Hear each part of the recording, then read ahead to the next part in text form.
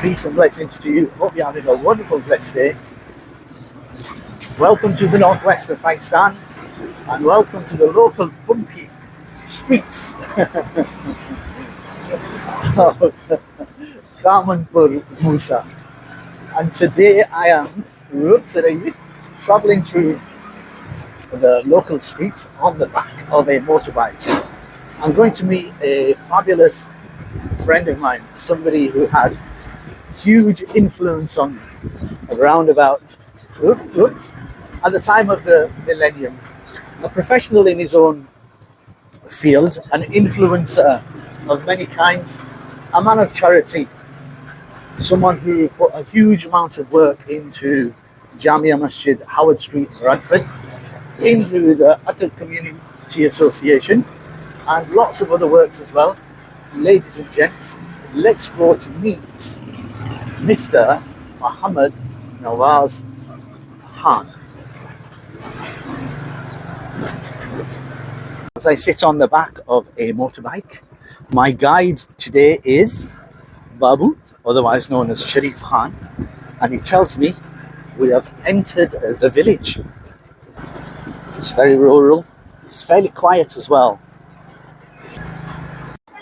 On this part of the video, by Namaz takes us around his beautiful home that he's putting his heart and soul into. It's very easy to see the sacrifices of being away from your loved ones for long periods of time, his attention to detail, the emotional attachment to this land and to his home, and what he's doing for his family is absolutely priceless. He's building a place that will, inshallah, serve the generations and hold his name very high in the whole family and build a legacy project. So watch the video right until the end. So I'm looking for my friend who, mashallah, ऐसा level है ना, I will find बिल्कुल here.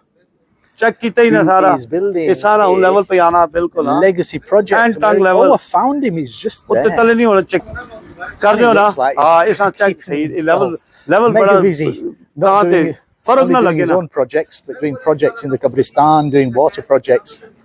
Assalamu alaikum, Mr. Muhammad Nawaz. Wow. What a small world, bright eyes. Oh, you the bloody driving instructors over here. I remember we used to sit in meetings in Atta when we first set it up. Do you remember that? Oh, mashallah, I do. So, Mr. Muhammad Nawaz, how are you? Sir, Are you okay? I am absolutely fabulous. I know exactly who you are. Right. Tell the whole world who you are, man. Give them your professional background. Mashallah. Thank you. Well, first of all, thank you very much for coming visit us. Yes, Nawaz Khan. I was born in Khanpur, Musa. I was 6-7 years old, and I went with my parents to England, my mother and family, in 1975, and then obviously studied there. I started my apprenticeship at the age of 16. So by profession, I'm an electrical technician. Worked for a company for about 18 years. Traveled the world with that company. Did all sorts of work. Then I worked for another company called Accent for about 10 years. Became a manager there, ran that for one of our famous projects I managed there was called the Youth Build Project. Mashallah, was very successful. Then, alhamdulillah, 2010, I started my own business. And the first business was the Nazis car hire from home. Alhamdulillah, did really well. I did some interpreting work as well because I qualified as an interpreter. I do that on and off when I'm there. I enjoy that, to be honest. Again, it's taken me all around the UK. I don't think there's a city I've not visited. I do that. I have my own business. I do some dabbling into property. I have a courier business that I have also a leasing company. You're busy. Alhamdulillah. You're busy by now. You know, I've got a lot of plays spinning at the whole time. But you know what it is, Javez? I've got to a stage in my life to say, you know, dunya ne lihaz naal, I've done it all. Subhanallah. There isn't anything that I have no interest to say, I want to go buy this and I want to sell this. No. Alhamdulillah, I have a very comfortable life. I have one son that manages to look after a lot of my stuff. This is why, alhamdulillah, I'm here. I can stay here without too many trouble, and he manages it all for me. So, by Nawaz, we will talk about this project. Yes. But tell people generally about Khanpur Musa. Yes, Khanpur Musa is well known with the Grand Vesa, which is your village. So we're West Kamalpur Musa, alhamdulillah. So we're in Attak, and then we are right next to the likes of Shamsabad. It comes into the Vesa Road, comes into, so we have a combined Adda, as they call it, the main center point. And you carry on, you go into Vesa, and we just branch off into Kamalpur Musa. But what's happened now is that we are close, we are so linked that families have actually integrated and we're married into each other family. So, you know what, to be honest with you, outsiders can't tell which is Vesa and which is Kamalpur Musa, because we're actually very much connected. And alhamdulillah, Vesa people and Kamalpur Musa people. And then we have a small village here called Malu. So these three villages, mashallah, are very, very closely intact. Alhamdulillah. So you know what? Yeah, very, very good people. MashaAllah. Yeah. And tell people about your own project and your own little dream here. Ah, well, you know, this is alhamdulillah, alhamdulillah. It's a dream come true. I always wanted when I used to. So whilst Bhai Muhammad Nawaz is disturbed by the phone, we always get disturbed by the phone. MashaAllah, this is part of the beautiful project that is going on.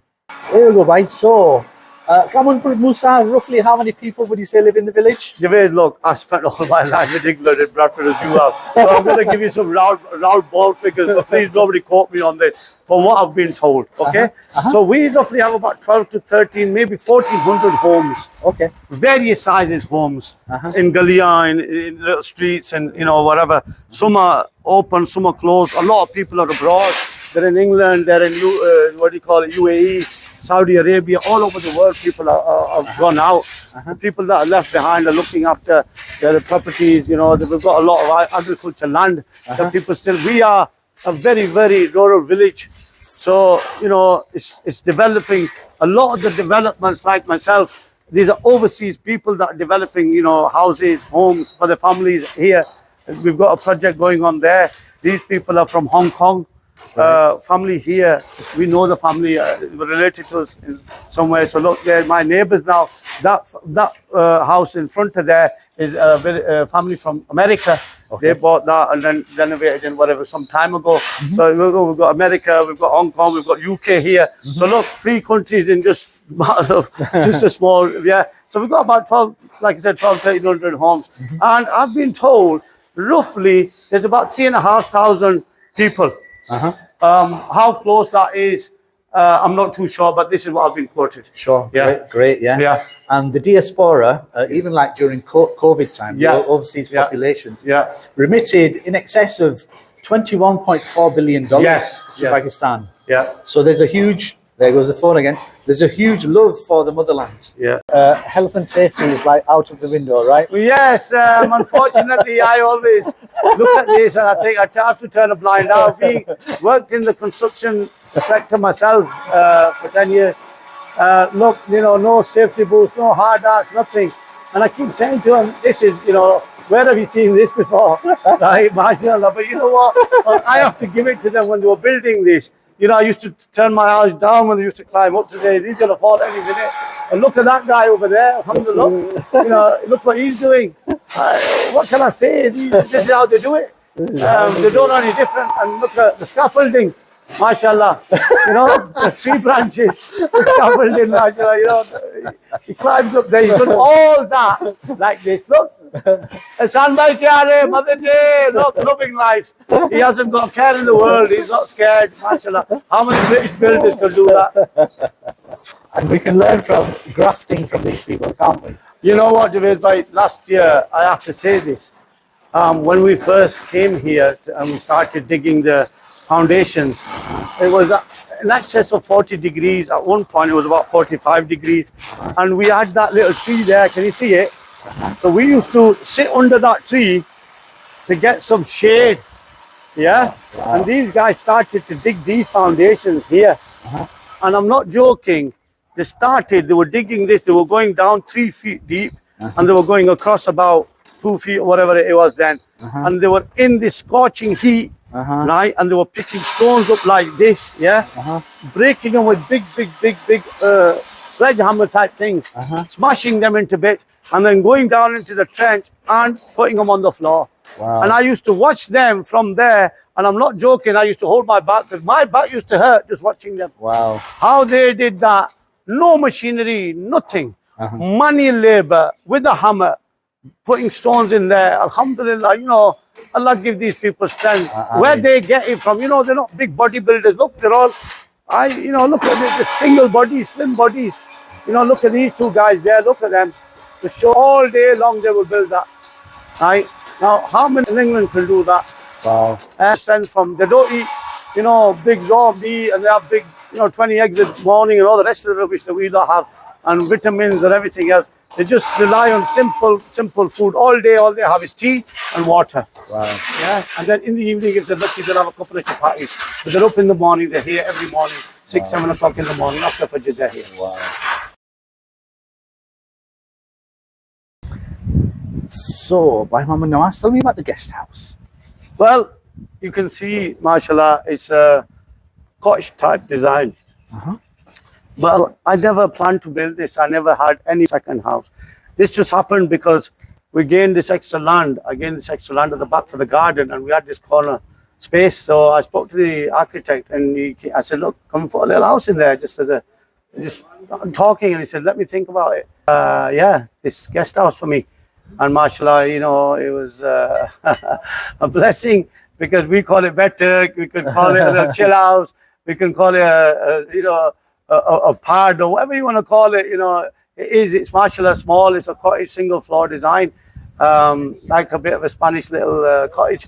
And what we've done basically, we just put 2 rooms, 2 bedrooms, a bedroom and a lounge, whatever, bathroom and a big kitchen. A big, open veranda area for sitting and enjoying, and privacy in our own little back garden. Again, it's for if visitors come. Yeah, if I'm alone or there's only 2 or 3 of us, or just say somebody alone comes, then rather than opening the big house and getting all that, nice little quiet house on your own, chill out area, enjoy it.